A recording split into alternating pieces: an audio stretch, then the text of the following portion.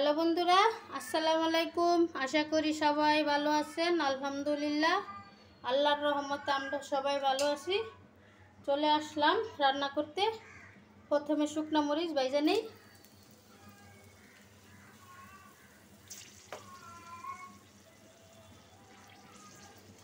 দাঁড়াও,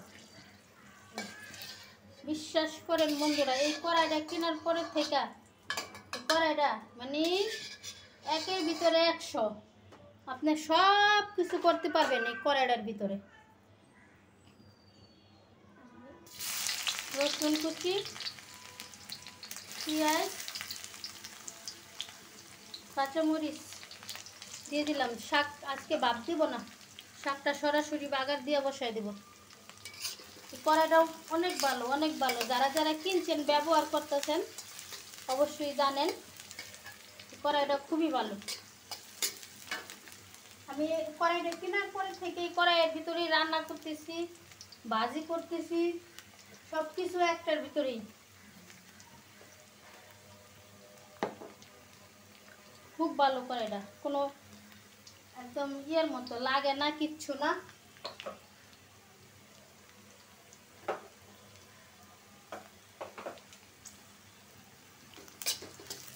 এখন শাক ভাজি করতেছি। শাক ভাজিটা উঠায় নিয়ে তারপরে ইয়ে করবো, এর ভিতরে আমি তরকারি রান্না করব। কোনো ইয়ে লাগে না, একটু ভিমবার দিয়ে ডলা দিলেই চকচকা হয়ে যায়। লাল সাইড দিয়ে একটু লাল হয়ে গেলে ভিমবারটা ডলা দিলেই একদম পরিষ্কার হয়ে যায়।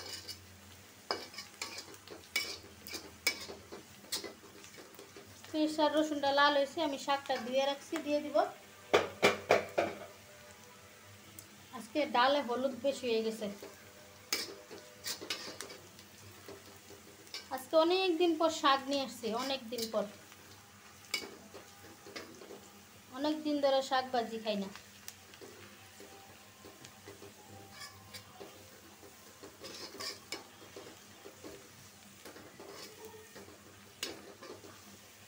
চুলায় কিন্তু গ্যাস কম, সেজন্য দেরি হইতেছে পেঁয়াজগুলো লাল হইতে।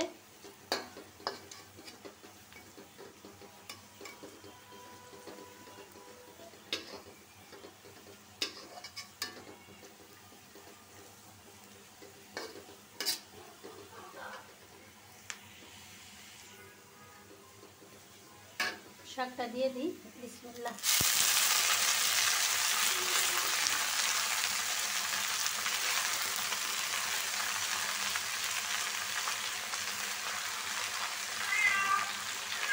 নিচে মিকে নিচে ডাকে আমার দিলাম তো খাবার ঠিক করে খায় না, মিকে আমার ডাকতেছে, আও আও। লবণ দিব, দুই আটি শাকটা অল্প একটু হয়ে যাবে।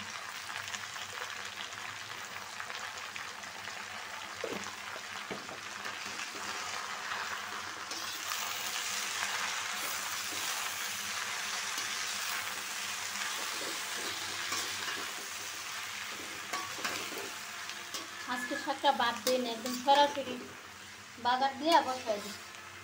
শাকটা ডাকবো না, না ডাইকে রান্না করলে শাক কিন্তু সবুজই থাকে। শাকটা হোক।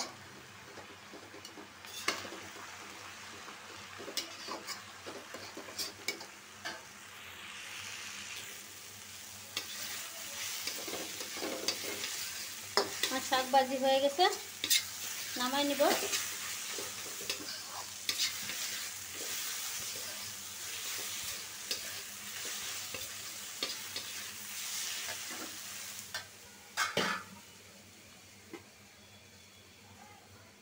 কালকে একটু পটলের আর মাছের তরকারি গরম করে নিই।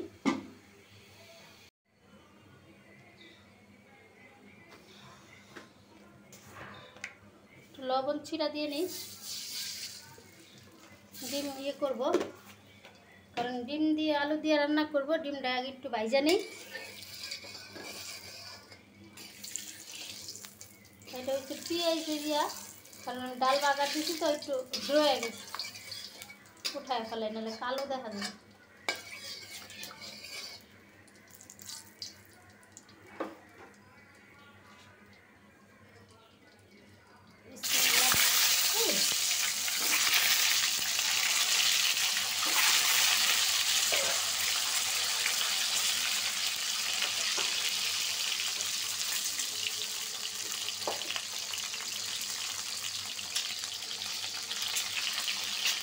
একটু হলুদ দিলাম কালারের জন্য।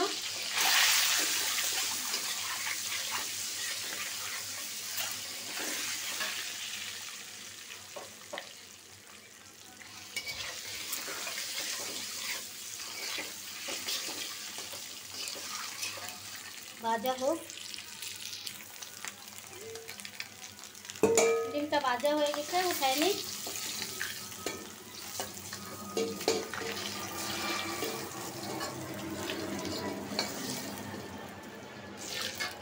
তেলটা কালো হয়ে গেছে। পেঁয়াজ,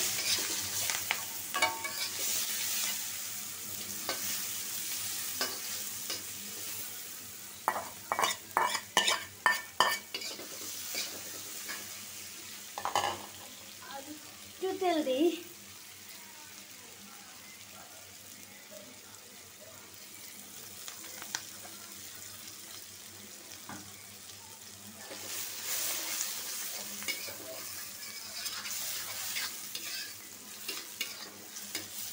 পেঁয়াজটা লাল হোক, এদিক দিয়ে মশলাটা রেডি করি। পেঁয়াজটা লাল হয়ে গেছে, আমি এই যে মশলা তৈরি করে নিছি, আদা বাটা, রসুন বাটা, জিরা বাটা, হলুদ, লাল মরিচের গুঁড়া সব একসাথে দিয়ে দিছি। বিসমিল্লাহ। একটু পানি,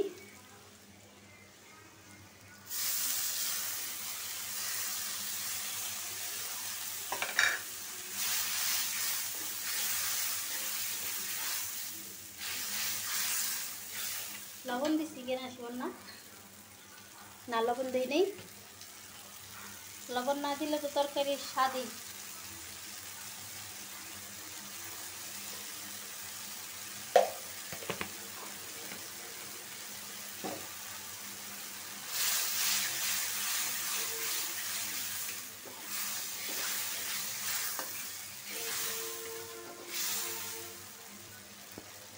মশলাটা কষানো হোক, 2-3 মিনিট মশলাটা কষায় নিই। মশলাটা কষানো হয়ে গেছে, আমি যে আলুগুলো দিয়ে দিব, অনেকগুলো আলু। বিসমিল্লাহ।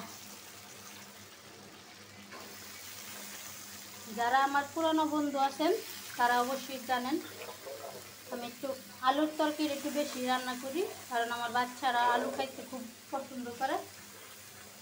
ডিম দিয়ে আলু দিয়া, মুরগির মাংস দিয়ে আলু দিয়া, সব কিছুতে আলু, কারণ ওনারা যেটা পছন্দ করে এটাই রান্না করা ভালো। সেজন্য আমি একটু আলু বেশি রান্না করি।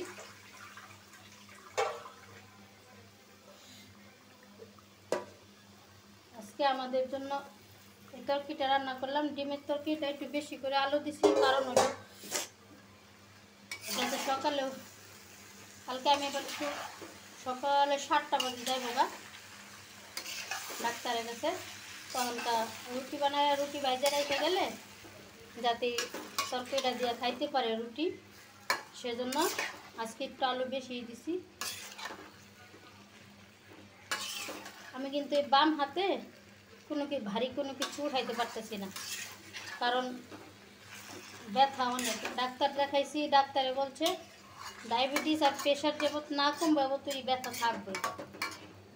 1 সপ্তাহ ওষুধ দিছিল, খাইছি, শেষ কালকে, আজকে শেষ, কালকে আবার যাইতে হইব। সেজন্য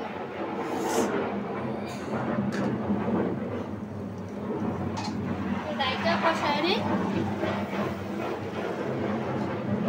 কথাগুলো আপনাদের সাথে শেয়ার করলাম, কারণ আপনারা তো আমার ঘরের লোক।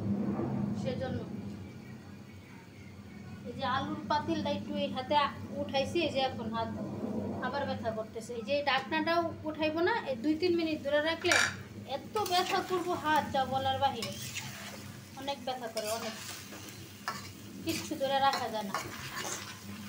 তারপরেও সংসারের কাজ করতে হইতেছে আমার, কী করবো, আমি তো একা মানুষ।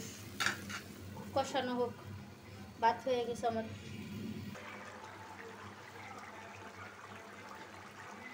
বন্ধুরা ফাইনালি আমার ডিমের তরকারি, আমি এই যে ডিমগুলা দিয়ে দিলাম।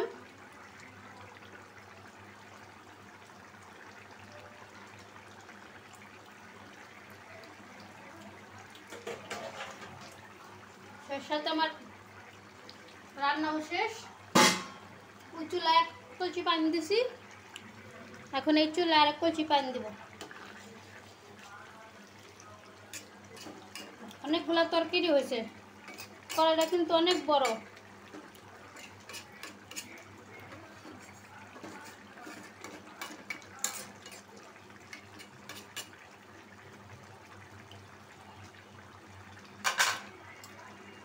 ওকে বন্ধুরা, রান্নাটা শেষ, আজকে এই পর্যন্তই।